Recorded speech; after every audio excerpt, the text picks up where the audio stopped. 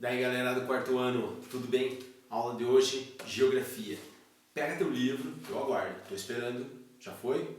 Ainda não? Então pausa no vídeo e vai, mano. Pegou? Então vamos lá.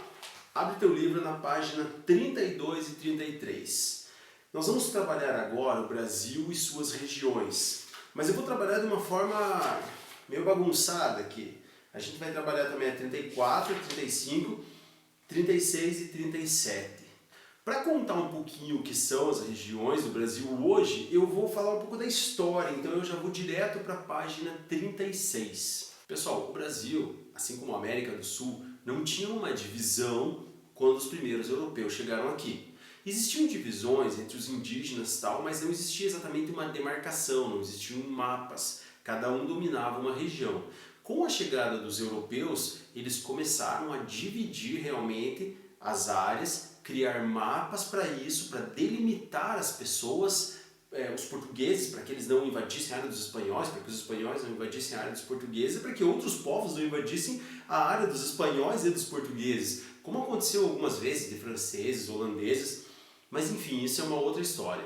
A primeira divisão foi as capitanias hereditárias. Isso aconteceu logo após o descobrimento do Brasil, quando o governo português, o rei de Portugal, mandou para cá pessoas para que eles pudessem mapear a costa do Brasil e que eles pudessem ver o que existia nesse país. Então a costa foi mapeada por Martim Afonso de Souza de 1530 a 1532. A costa do Brasil então foi mapeada e houve uma divisão em capitanias hereditárias. E desde o início, essa divisão em capitanias hereditárias visava uma melhor administração das terras que eram do rei de Portugal. Mas isso não deu muito certo. É só você pensar que esses caras vieram de muito longe, mandaram famílias, mandaram pessoas para cá para administrar uma terra que não tinha nada. Imagine você indo hoje, é quase ir hoje para Marte, né? Não é tanto assim, mas é ir para um lugar completamente desconhecido que tinha mato, mosquito, onde você não ia ter uma casa para morar, você ia ter que construir tua casa se você quisesse morar. Então ainda tinham índios que muitas vezes não eram amistosos, você tinha que plantar o seu alimento, você ia ter que caçar talvez, eu não sei, mas e mais importante, você tinha que dar lucro para o rei. Afinal de contas, o rei estava te dando aquelas terras por algum motivo. E por esses motivos todos, as capitanias hereditárias não deram tão certo, mas elas se mantiveram durante quase metade da história do nosso país. A monarquia cai no dia 15 de novembro de 1889 e vem então a República. A monarquia então ela deixa o governo, ela deixa o poder, o comando do país e assume os presidentes, primeiramente os militares, depois os civis. Mesmo assim, o Brasil ainda não tem uma divisão oficial. A regionalização mesmo do Brasil só vai acontecer a partir de 1940, com a fundação do IBGE, Instituto Brasileiro de Geografia e Estatística. Na primeira regionalização é tudo muito diferente. São Paulo e Rio de Janeiro fazem parte do sul do Brasil. E se você pegar o mapa do Brasil, realmente tem uma certa lógica colocar o Rio de Janeiro e São Paulo no sul do Brasil. E o mais legal, o mais incrível, é que a capital do Brasil era o Rio de Janeiro. Então a capital do Brasil estava na região sul do país. Posteriormente, outras regionalizações são criadas, sempre com a ideia de melhor administrar o país. Logo após a Segunda Guerra Mundial, que foi de 1939 a 1945, existe uma certa preocupação com invasões de território e tal, porque foi isso que aconteceu na Europa 20 anos antes, na Primeira Guerra Mundial e agora na Segunda Guerra Mundial. Então, não só na Europa, em outros lugares também, na Ásia, o mundo estava em ebulição, o mundo estava em mudanças e uma guerra aconteceu 20 anos após a outra, da Primeira para a Segunda Guerra. Quem garante que não vai ter uma terceira guerra logo na sequência?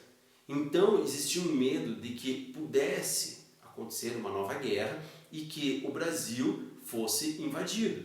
A nossa capital, Rio de Janeiro, ficava no litoral, numa baía onde, se navios entrassem, poderiam tomar a capital muito facilmente. E as fronteiras do Brasil não eram tão bem vigiadas assim. Então a ideia era transferir a capital para o interior e fazer com que o governo federal controlasse algumas áreas de fronteira.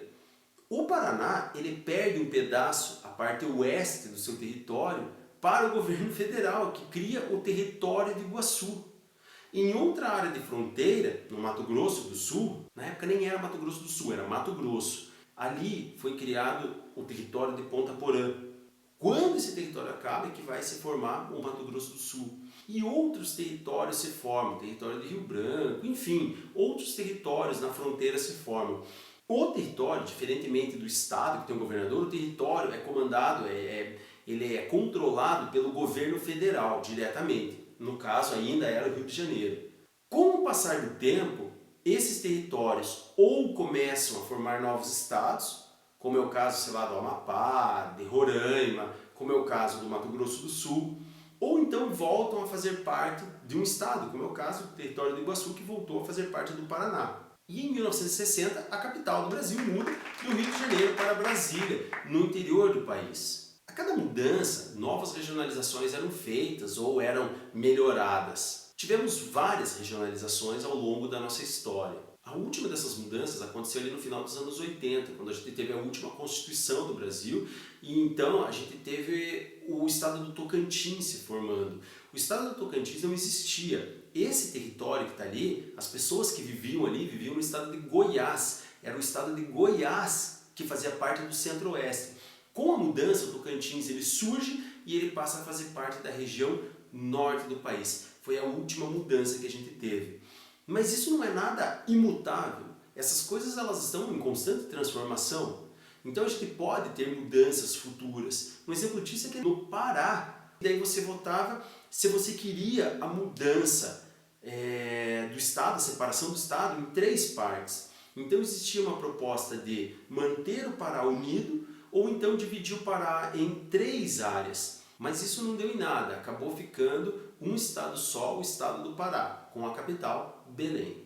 Existe ainda uma outra forma de regionalizar o país. Um geógrafo chamado Pedro Pinchas Geiger, que trabalhou no IBGE durante muito tempo, ele criou essa regionalização há muitas décadas atrás e ela se mantém até hoje, ela nunca foi exatamente atualizada. Até ele, inclusive, já falou que ele não gostaria de atualizar isso se outra pessoa quiser que atualize. Mas, enfim, essa regionalização ela existe e a gente usa demais. É a divisão do Brasil em 3 partes. Divisão em Centro-Sul, Nordeste e Amazônia, ou região amazônica. Como a gente costuma falar em região amazônica o tempo inteiro por causa da floresta, a gente não sabe exatamente se a gente está falando da região amazônica do Pedro Pinchas Geiger ou da região da floresta amazônica, que é praticamente a mesma coisa, quase a mesma coisa.